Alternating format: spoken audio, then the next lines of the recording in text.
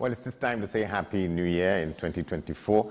Hello, everybody. I'm Andy Johnson. This is 10 questions for this edition of how we kick off the series in this new year. In a commentary carried in a recent edition of The Express, Independent Senator Dr. Maria Dillon Remy said Tobago will finish the job in the campaign for internal self-government on the island. The comment was a tribute to the late former Chief Secretary Ho Choy Charles. She said, among other things, he wanted to see Tobago develop to its fullest capacity and that he was confident that the people of Tobago could and perhaps should lead this process. But she said this was now not a reality. Dr. Dillon Remy ended this commentary by saying that the greatest gift which the people of the sister island can give to the late Tobago nationalists is to relentlessly pursue internal self-government for the island. Dr. Dillon Remy is our guest on this edition of the program. Good to have you, ma'am. Hi, good morning, Andy, good listeners and viewers, and Happy New Year to you also. Thank you very much. So let's put it this way. The title of the caption, I saw where you said in the wake of his death, the PNM and the opposition are not in support of the essence of the bill. What might be, in your view, some of the elements of the bill that some people may be against? Now, put it this way. Let me back up a little. This bill was sent initially in 2016 from the Tobago House of Assembly, then under the leadership of Mr. Orville London. But it was a bill that was crafted in conjunction with other persons like Mr. Ho Choy Charles and other persons within what they called at the time a forum of parties, to get what they considered appropriate for Tobago and to send that to the Parliament in Trinidad. Well, first to the Cabinet, and the Cabinet put it into Parliament. So there were some things in there that were already, let's say, compromised in the sense that, as you would have talked about, there were some things that the PNM thinks, I'm okay with that, and some people that Mr. Charles or the PDP said we cannot accept that. One of those things I would say is, for instance, they had asked for in the bill that they have a separate service commission in Tobago. The bill, as it stands now, recommends that Tobago gets representation on the service commissions, but not a separate service commission. And there's a reason for that. They are saying if you have a separate service commission, what happens if somebody wants to move from Tobago to Trinidad or Trinidad to Tobago? Things like that. They also talked about a hard definition for Tobago in the Constitution, which says that Tobago is defined by the islands, the sea up to high water mark, plus the St. Giles Islands, etc., up until 11 a certain number of miles between Trinidad and Tobago, and that is put in the definition of the Constitution. The government did not agree to that, and that was because they said that that would affect how Trinidad and Tobago is seen internationally. You can't put a hard a definition of one country with one island being decided. So there were things like that, and there were other things too. But those were some of the things that I can remember. And when the bill went to the Joint Select Committee and then came back to Tobago, Tobago said, when I say Tobago, it came back to Trinidad and Tobago because people had an opportunity to discuss the elements of the bill. I remember when they came to Tobago in April of 2021, there were some people in Tobago saying, listen, I have no problem with the bill, and that was mainly the persons in the PNM. And there were people like Denise Sawyer-Fat-Angus, well, of course, Mr. Charles, and at the time, Fali Augustine, he was not the chief secretary at the time. They said there were things in the bill that they could not accept. What happened after that is that the bill came to Parliament in July of the same year. And when the bill came, there was a document that was sent by Mr. Charles and Mr. Augustine, which said these are the recommendations they would put on the table for amendments. And that is where it has stopped. So there'll be lots of people saying this and saying that and saying the other. But at the end of the day, the understanding is that one, the people in Tobago agree as to what they want. The people in Tobago know that they will not get everything that they want for different reasons. Having said that, we then have to, the people in Tobago have to convince both the PNM, the opposition, and members of the independent bench that these are the things that they consider appropriate for both Trinidad and Tobago. And I think that's where the complexity lies.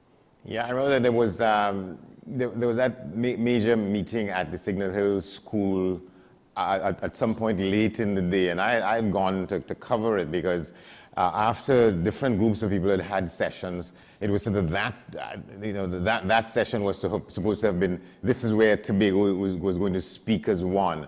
But I think right. you said you didn't attend, but you got a sense of what came out of that. Yes, I am aware of that, and that is what would have led to the crafting of the bill that would have gone to the Tobago House of Assembly for debate. And that is what was fed into what was sent to, so it was, Tobago said this is what they wanted. The Assembly got the legal minds and to write the bill. It went to the Assembly, it was debated. At the time, Mr. London was the only, it was only PNM, so it was unanimously passed. And then it was sent down to the Cabinet in 2016. And that is what we are still discussing. I even heard one of the persons who was involved then, Mr. Varnish James, saying that that bill is how many years old, it needs to be changed even now because it's too old. But that's another story. But what I'm saying is that it was what was the Signal Hill Accord was the basis for the bill that would have been sent to Trinidad. Yeah. All right, so here's this question. If people in Tobago want what is on the table now, and the whole question of self-government, why might that be a problem for people in Trinidad? I think many people in Trinidad don't understand the origin of this discussion. I remember speaking to someone, it was at Arthur Lockjack, we were having a discussion, and he was saying, but why Trinidad, why Tobago want to pull away from Trinidad? That is not in their interest. And I said to him, I don't think you understand. And so one is that they don't understand. They think Tobagonians are just making up stories. They just want to continue to be a part of a gimme gang from Tobago, coming and begging Trinidad for stuff, and then being ungrateful now by saying you want to pull away from the Twin Island Republic. I'm saying they don't understand. And as Andy would know, Tobago was not under Trinidad's jurisdiction until in 1898 or 1899. 1899, most people say, yeah. Right, when they were annexed to Trinidad. And from that time, there were issues. And I still remember there's something that it was written at that time, which said that if Tobago did not agree, in other words, if Tobago found that the arrangement was not working out, they would have an opportunity to look at it again. It is the people of Tobago's view that when we were seeking independence from Britain, that they should have had a discussion at that point in time as to what happens to Tobago. Because Tobago is already, people like APT James, Fargo, and they were already saying that they were not comfortable with the arrangement between Trinidad and Tobago because Tobago is being left behind. So it's not something that's new. It was taken up by Mr. Robinson and the then DAC in 1977, when Mr. Robinson, who was then in opposition, brought the bill as a private member's motion. He brought a private member's motion, which is what caused the first THA Act and the reassembling of the Tobago legislature in 1980. So it is not anything new. And I think most people from Trinidad do not understand. They think Tobago is just wanting too much, or they think Tobago is just being spoiled. You know, they're saying, but you only have a 5% of the population. Why do you want all that amount of money? Is what some people realizing that when things close between Trinidad and Tobago, because of the night where there's no flights, you can't get to Trinidad for something that may be considered important. So there are certain, I think, nuances that people don't understand. And Andy, I would say the other thing is that unfortunately, the internal self-government for Tobago has been politicized so much that I think people either take one side or the other, depending on which party they are a part of, and that has not really made things easier. I was looking again this morning. St. Kitts and Nevis only have 50-something thousand people, about 54,000 people. The island of Tobago is supposedly, they say it's about 60,000 people now. St. Kitts not only have their own legislature as St. Kitts and Nevis, but Nevis, an island of 11,000 people, make their own laws for Nevis. And these are some of the things that Tobago has been saying for a long time that they wanted. There are some people who say we want to come out from but there are few under the Trinidad and Tobago. In other words, let's separate. But those are few. The majority of people say we want to stay under the umbrella of Trinidad and Tobago, but we want to be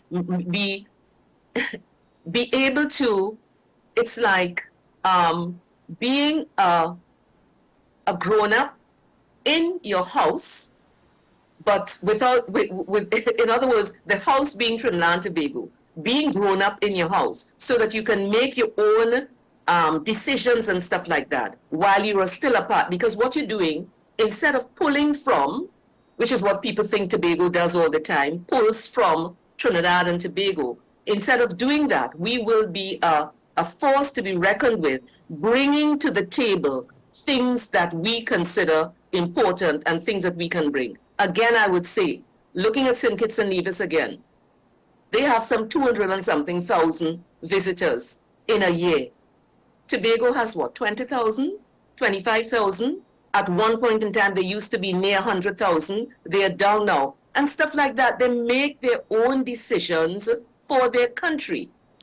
Yeah, I can tell you that I've been to St. Kitts and Nevis beginning with when they got independence in 1983, and I've been back a couple of times. Yeah, I've been back a couple of times to cover elections, and the inter-island rivalry, what I should say rivalry as a matter of fact, Trinidad and Tobago is nothing compared with sentiments on both sides there, between Nevis and St. Kitts and so on. Right. So I think when I look at it as a person who has benefited from being a part of the Twin Island Republic. I'm from Trinidad and Tobago. However, I am firmly of the view that Tobago has not been allowed, so I agree that Tobago needs to have more autonomy than it has right now. For instance, I have been working in the health sector, both in Trinidad and Tobago, but when I came to the health sector in Tobago in 97, came back to the health sector in 97, and I had to deal with issues related to a secretary in Tobago saying that they wanted something in health, and a minister saying, or permanent secretary in Trinidad saying, no, you can't have that because of.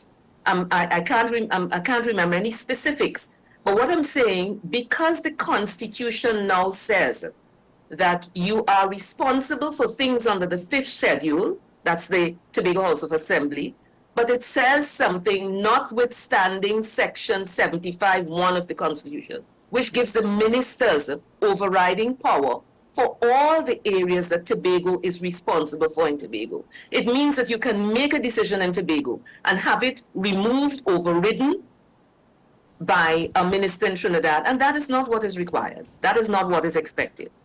So that those are some of the things that need to be changed. And in your estimation, in your considered opinion, it should not be. It should not be. No, it should not be. If Tobago has said, if Trinidad and Tobago has said, Tobago is responsible for these areas, they should be able to make the decisions for the areas and not just administrate what is said from Trinidad. Not just in other words, you're not just an administrator, which is what they are right now. Because but you can change things and say, okay, in Tobago, somebody was talking, for instance, about things like plastics, and Tobago with the push for ecotourism and stuff like that. If Tobago wants to say right now, we are banning plastics from the island of Tobago and we will be doing these things instead, they have no legal right to say that. But you think that is something that we could say in Tobago? Because we are interested in Tobago, you're interested in protecting your environment and stuff like that. It's things like these that may be, that people, it may not be seen as important for people in Trinidad, but it is seen as important for people in Tobago in terms of Tobago's development. And they should be able to make the changes that are necessary in Tobago, including legislative changes. Yeah. And this is what I passionately want to see. Yeah, and this might be a pedestrian question, but given the fact that the Prime Minister of the country for another time is a Tobagonian, do you get the sense that there's any sort of attraction on the matter that is greater than it may have been otherwise? Okay, so what I would say is that the Prime Minister has said that he wants to see autonomy in Tobago, and I would take his word for that. Where the difference comes is what the Prime Minister means by that, and what the people in Tobago, many of them have said they mean by that. And I would note that the Prime Minister has also said that there are PNM people in Tobago who are prepared to accept the bill as it is. So in other words, it's not that the whole of Tobago is rejecting the bill, but the voices that are loudest for Tobago have been the voices that have not accepted some of the things in the bill. So give the Prime Minister his due. He has said that he wants it. Some of the things that he has said and what Tobago has said are different.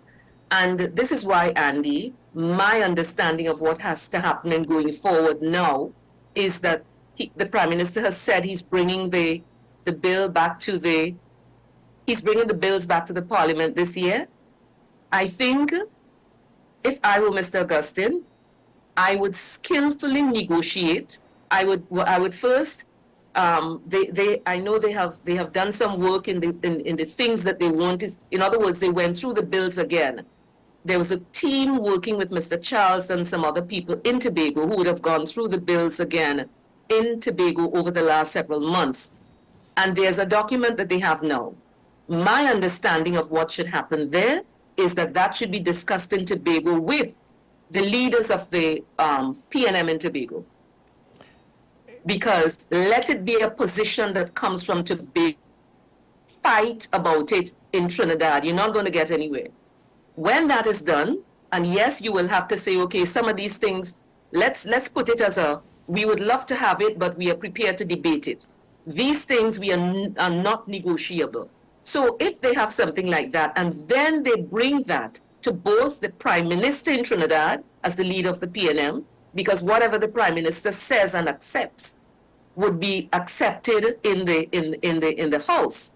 They also have to negotiate with the opposition also, because the opposition, whatever the Prime Minister may say, the opposition may not accept it. And by the way, I have not heard the opposition say one thing about the bill in its entirety. The main thing they have talked about is the fact there was not enough consultation with the Tobago people. It was too rushed, and this is why they did not support the bill when it came to the when it came to the parliament in 2021. That's the opposition in parliament. On what basis are they speaking for the opposition, for the people of Tobago? Because they they represent Trinidad and Tobago, I would imagine, even though they don't have any seats in Tobago. But whoever wants to speak the truth about the matter, actually the facts about the matter, is that unless the opposition agrees, there will be no change in the Constitution, and we would not be able to get the constitutional changes that are recommended. So even though they may not have any seats in Tobago, they must agree to whatever is, when they vote, it has to be the voting for Trinidad and Tobago, specifically as it relates to Tobago self-government here. And to the extent that you've committed to take the matter forward in the name of Vote Your Choice, how do you get people to coalesce around moving this thing to the goalpost and in fact behind the bars? So in terms of my role as an independent senator, I have one vote. So I'm very clear on that. It cannot come to the Senate except it passes the House with the necessary majority.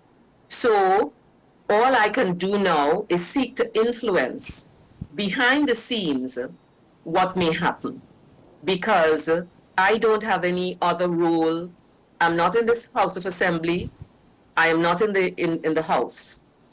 I cannot, and influencing. So I think my view would be that the Tobago House of Assembly putting a view that is out there, a view that is agreed upon, and then taking it, I think, to the Prime Minister and to the opposition leader discussion. Now, I'm saying that I am not too sure whether they will want that, but I think that is what is happening. I'm seeing that is the best way in which these changes that are required can happen. And let me just tell you why, Andy. In 1980, the PNM was in power at the time, and the DAC was in opposition. When that bill, the Act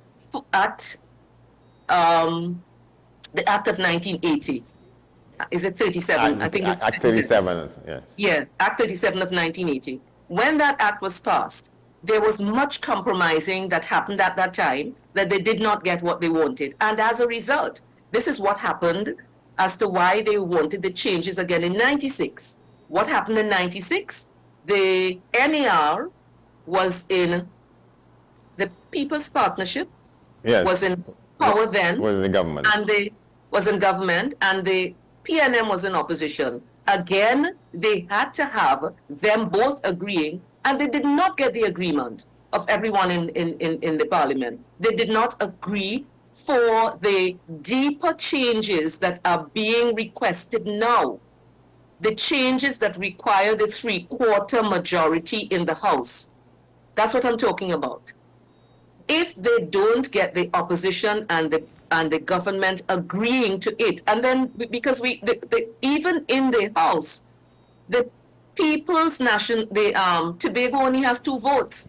The 2 votes can't bring anything to Tobago per se. Yeah, it can't make a significant difference. No, it can't. It can't make a difference. I think they need about 9. If the Prime Minister said that the PNM all the votes will go to the bill, and they need 9 UNC votes, but the UNC is not going to vote for it except they understand that it will, I don't know.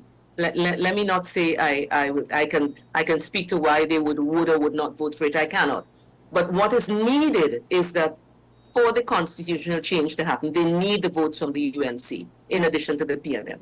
So it's a ticklish thing, and I think it's so unfortunate that it's going to come back so close to elections, because I've been saying this from the 2021. We don't want this bill coming again. Every time there's an election in Tobago and you have this kind of discussion, it does not bring Tobago what is required. But So you think I'm still an optimist. you think it works at cross purposes to have the matter be discussed and debated in the context of an election, which we are almost up on. In the context of an election, because people will be looking at who will win, who has a chance to win from this, or who has a chance to lose from this, and there's a win-loss position rather than a win-win position for Trinidad and Tobago. And because if the bill is passed, and let me say, Andy, I'm optimistic, so I'm going to say when. I've been saying this all along. When this bill is passed, both PNM and UNC can take credit for giving Tobago internal self-government. Yeah. PNM cannot take credit because it can't do it alone. UNC cannot take credit, but together they can. And this is what I would love people in Tobago and people in Trinidad to understand. Tobago cannot get self-government until in the parliament there's agreement of both the PNM and the UNC in this situation, or if it's in another situation, as it happened before, it had to be whoever was in government and whoever was in opposition. And then having said that now, you go to the Senate and you need a certain number of votes from independent senator for it to, because I think it's a 2/3 majority you need in the Senate. So it is a Tobago, it's a national thing rather than party thing. And unfortunately, when we get close to elections, people are only thinking who will win and who will lose, who 2 seats in Tobago that is needed to form a government. And if I vote for this, I may lose the seats if I don't vote for this, and stuff like that. So the prerogative of the people in Tobago gets sort of shoved aside or pushed down and becomes part of the whole, the balloon of politicking, generally speaking. That's what you're saying. Yes, it is. But the headline on the piece was Tobago will finish the job. In this context, then, was that you speaking, or that's the headline writer? That I did say Tobago would finish the job, and I said that in the context of it is so important. You, Mr. Charles, would have made your contribution. You've been at this thing for 40+ years. It is something that Tobago people centric. Let me put it this way. I'm putting it to the way people who really care about Tobago, because people who really care about Tobago would like to see the internal self-government, and they would have to push it now. It's not Mr. Charles anymore. The people of Tobago will have to push it.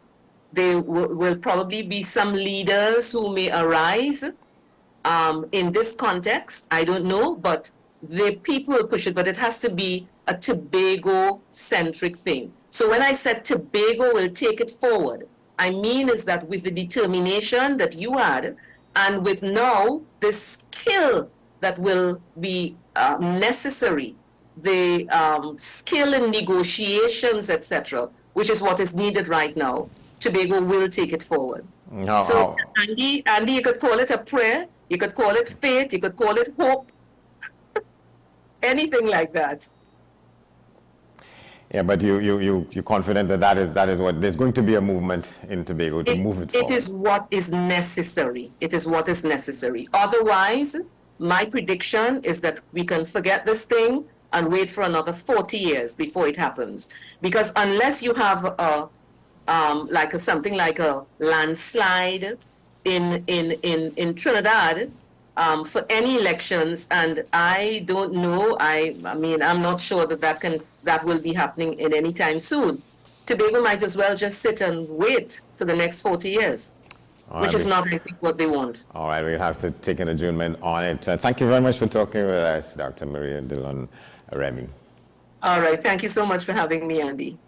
Okay. This has been 10 Questions. I'm Andy Johnson. Thanks for watching. We'll see you next time.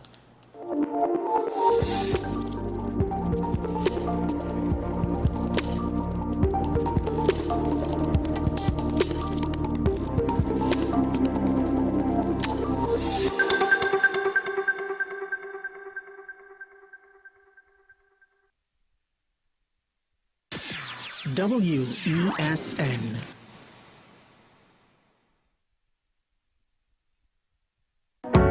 I'm Andre L. Batiste, and you're watching WESN, the content capital.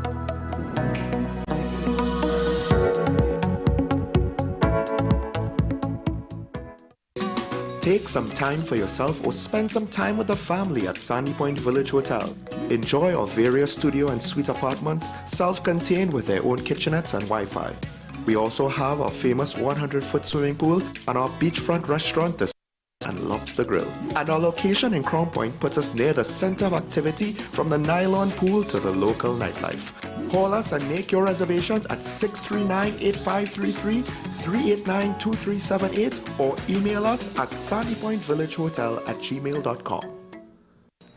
What's the best way to grab the attention of viewers? Please exercise more patience. You have to be kidding me. Doing what we do best. I'll say at the very least it's a conspiracy of laziness against the people. Join me, Keaton Shaw. And me, Sean Michael Small, for Talking Point. Weekdays from 8 a.m. to 9:30 a.m. We go in-depth on the trending issues and engage the most controversial newsmakers as we get them to account to the people for their actions. You can't go to the government with nothing. You can't go to cabinet with an empty hand, with a wish. I'm glad that we're having this a sober, mature discussion. In the present situation, I expect a continuation of the chaos. Join us for the discussion, Mondays to Fridays, only on WESN, the content capital. Join me, Dr. Nalini Kokram, on What's Up Doc, where we discuss all your burning questions concerning health. Trinidad and Tobago is among one of the highest risk group of patients that develop this form of genetic breast cancer. What I'd like to take home from a short interview like this: screening. You must screen. Because it's silent. It's silent. Yeah. And because it's silent, you don't know it's there. What's Up Doc, every Tuesday and Thursday on WESN, Content Capital. Join me, Sule A. Joseph, as I delve into the day-to-day psychological issues plaguing our society. We will discuss behaviors that encompass the biological influences, social pressures, and environmental factors that affect how you think, act, and feel. Site, Thursdays at 11:30 a.m., only on WESN, Content Capital. People really want to know, what about me? Where do I fit? Yes. What is in the ride for me in terms of a better Trinidad and Tobago? And I'm pleased to shed some light on that. The purpose of bail is to ensure your attendance at court. That's it. It is not punitive. It is not rehabilitative. We, the police officers, we are professional, and we are here for whenever the survivor is ready to come forward. We have the right to private and family life, the right to religious freedoms and beliefs and thoughts and expression. But these rights are not absolute. Certain rights can be limited. The law is to govern the whole. It's for all of us in public.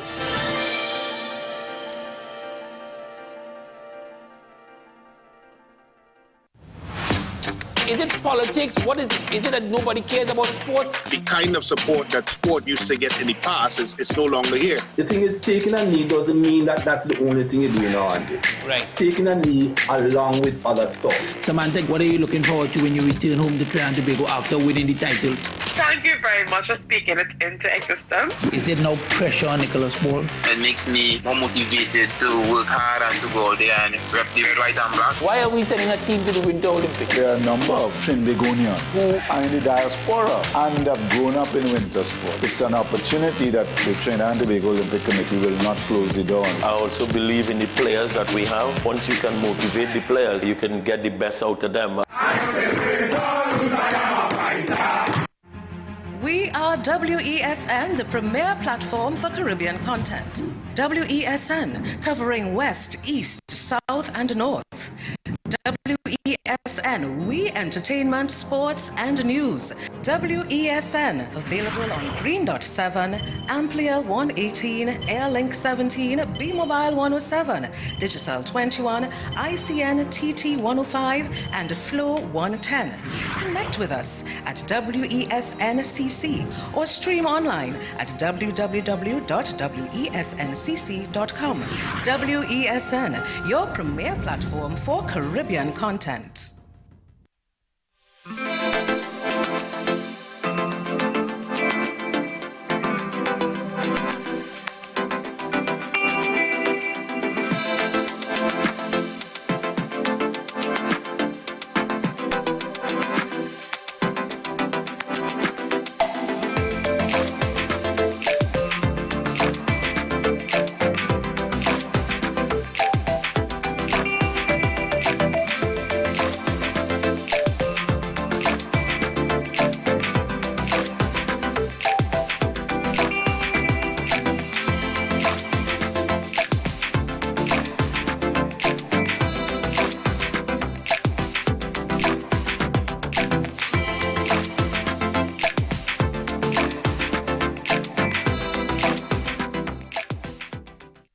at the Africa Cup of Nations in Ivory Coast.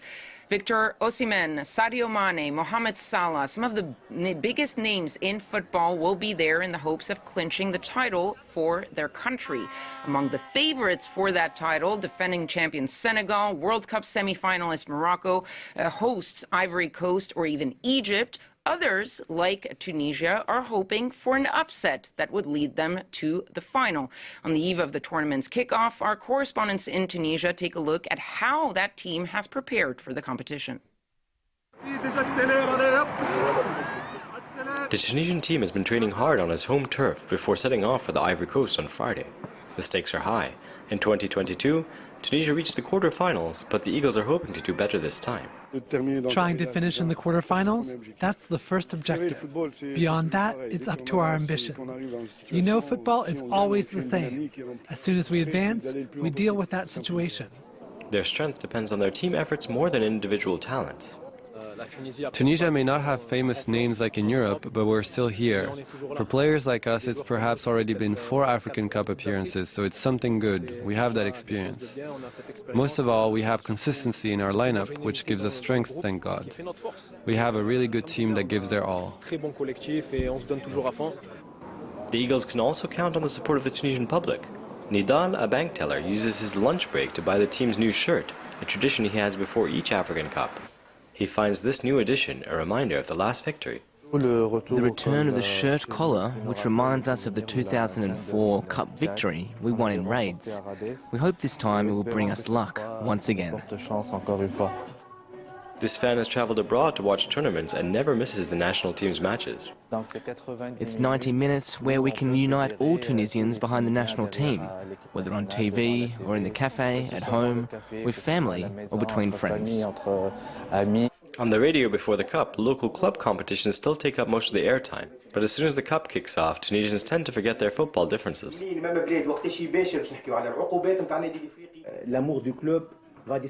Passion for clubs will disappear temporarily, and we will see a sort of solidarity. If we just get to the final, you'll see what will happen in the streets. That's the magic of football. The Eagles have a tough first match ahead of them against Namibia on January 16th. And for the next month, France 24 will be bringing you all the latest from the Africa Cup of Nations with our reporters on the ground and here in Paris. And to kick things off, we'll have a special show this Saturday at 8:10 p.m. Paris time with Selena Sykes and Jean-Emile Jamin. And that's all for now. Thank you for watching. Do stay tuned for more news coming up on France 24.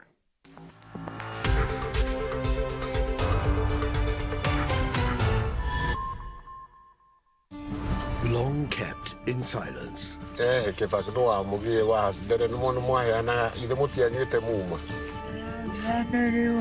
Restoring the Mau Mau's rebellion's place in Kenya's history. Whatever our fathers did was never reported in the right way. So people ended up worshipping the ones who are not the owners of independence. The rebel movement that fought hard against British colonizers is fighting not to be forgotten. If these stories are not taken for the real Mau Maus, people are going to live with lies, perpetual lies, and the true story will never be known. Kenya Revisited on France 24 and France24.com.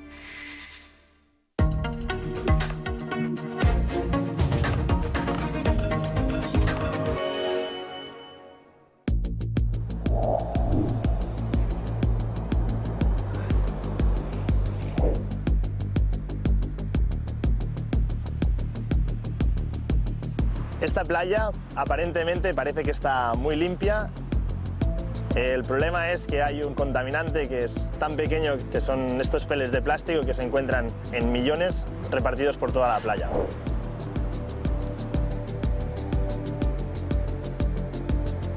Cuando empezamos a divulgar sobre este contaminante, nos encontrábamos que muchas personas nos decían que de pequeños siempre los coleccionaban. Mucha gente no sabe que esto se trata de materia prima, que se trata de plástico fabricado que se pierde y llega en estas playas. De una forma un poco rústica, rudimentaria, nosotros empezamos a fabricar una serie de tamices para poder recoger estos pellets en mayores cantidades. cuando vas poniendo 2 paladas de arena, que aparentemente no van tan llenas de pellets, pues siempre sorprende ver la cantidad que encontramos aquí.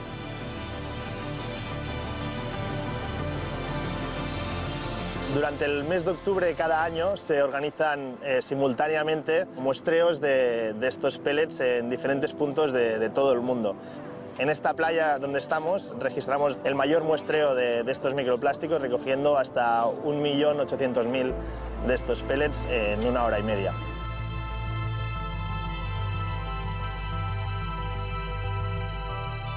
Yo he vivido siempre cerca del mar, he navegado, he buceado, he surfeado aquí desde hace muchos años.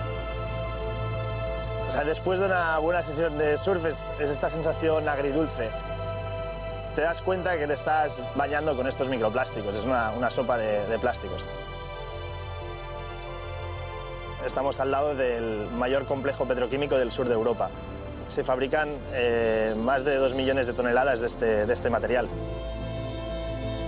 Nuestro objetivo no es limpiar las playas de este microplástico, nuestro objetivo es que se resuelva el problema en origen.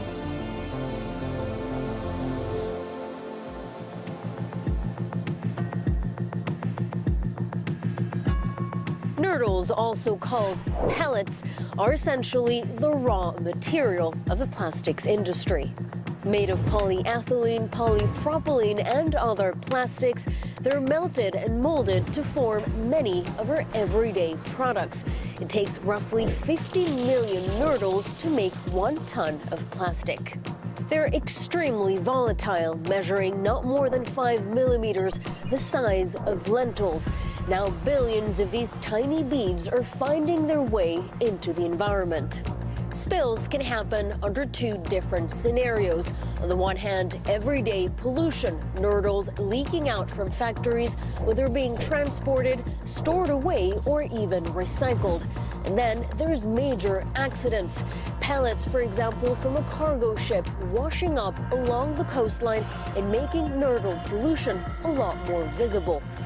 Every year, 230,000 tons of these pellets end up in our oceans, spreading so quickly that they have since been found on every continent except Antarctica. And like most plastic, a spilled nurdle won't simply disappear, but will harm ecosystems, only adding to the mammoth problem of ocean pollution.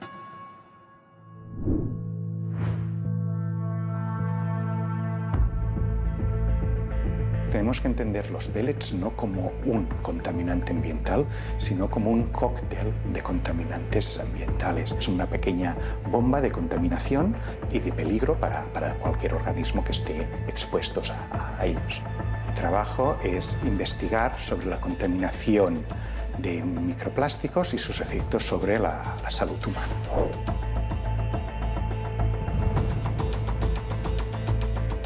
Los pellets son los microplásticos más grandes que existen. Pueden ser ingeridos en su forma, pueden ser comidos por los organismos, sobre todo acuáticos, también terrestres.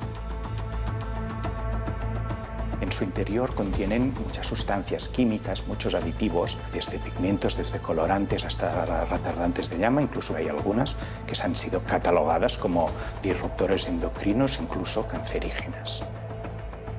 Si el pez o el mejillón se está comiendo plástico, a más de comerse el plástico se está comiendo este aditivo, él los incorpora en su cuerpo. Nosotros los humanos nos comemos este mejillón, este pez, incorporaremos las sustancias químicas presentes. Nosotros analizamos contenido de microplásticos en mejillones, ostras, y encontramos niveles realmente alarmantes. Un consumidor medio consume al año alrededor de 8.000 microfragmentos de plástico y los grandes consumidores de estos productos alrededor de los 16.000. La gente no conoce de su existencia, no provocan inmediatamente una mortalidad de pájaros, peces, pero tendríamos que estar todos un poco más alertas sobre este tema.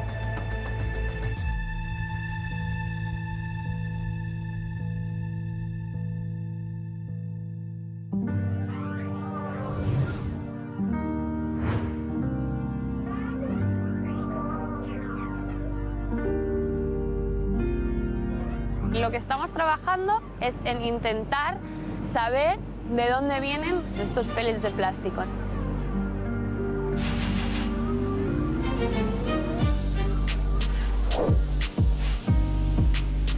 La idea sería seguir un poco el rastro, hacer una investigación, ¿no? Como un detective. Entonces lo que hacemos es venir muy a menudo a la playa e ir cogiendo muestras, las pruebas lo más rigurosas y científicas posibles para presentar la problemática, para promover unas medidas contra este tipo de contaminación. Y lo que hacemos es tomar una muestra de la línea dinámica. Es la línea donde ha llegado la ola más alta de ese día. Es donde están llegando los pellets más recientes. Es decir, hacemos varias réplicas con un cuadro de 50 por 50 centímetros, raspamos la arena y lo metemos dentro de una bolsa de malla de 1 milímetro. En esta bolsa de malla lo que hacemos es un filtraje in situ en la playa. Una vez filtrado aquí mismo, se mandan las mallas con el contenido de microplásticos al laboratorio y allí son analizados. Se separan los microplásticos uno por uno. Estos son pesados y contados para saber el peso, la masa y el número de pellets que hay. Y al final acabamos teniendo un conocimiento de cómo son los pellets a nivel físico y cómo son los pellets a nivel químico. Tenemos evidencias de que estos pellets se encuentran en las rieras cerca del polígono industrial aquí en Tarragona. Pudimos relacionar las lluvias y la bajada de estos ríos con la llegada de estos pellets en la playa. Esto es importante para comprender en qué momentos y en qué sitios se deben tomar las medidas también para evitar que estos acaben llegando aquí, ¿no?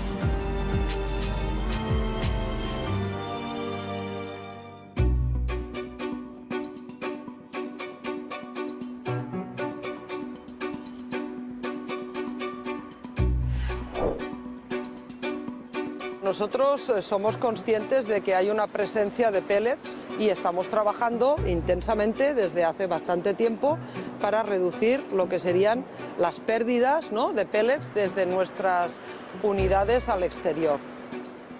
OCS es un programa, como decía, voluntario en el que tú te comprometes a tomar unas medidas de implementación de barreras físicas. Las instalaciones, pues bueno, se han mejorado, se han implementado bandejas de recogida en lugar de soplados aspirados en zonas donde se puede producir pues fuga de pellets al suelo, pues es básicamente donde se están centrando todos los esfuerzos. Lo que es una certeza es que las empresas asociadas a EQT se han adherido voluntariamente y por lo tanto estamos absolutamente seguros de que esta vía de llegada de pellets cada vez es menor. Evidentemente, hasta llegar a cero tendríamos que conseguir que toda la cadena de valor pues se adhiera a ese programa y se comprometa, no solo adherirse, sino comprometerse. Esta es la clave, ¿no?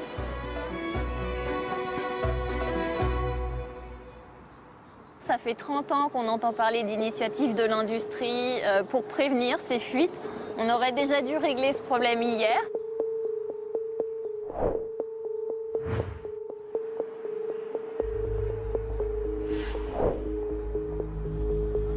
Tarragone, c'est un peu l'exemple typique de la négligence généralisée.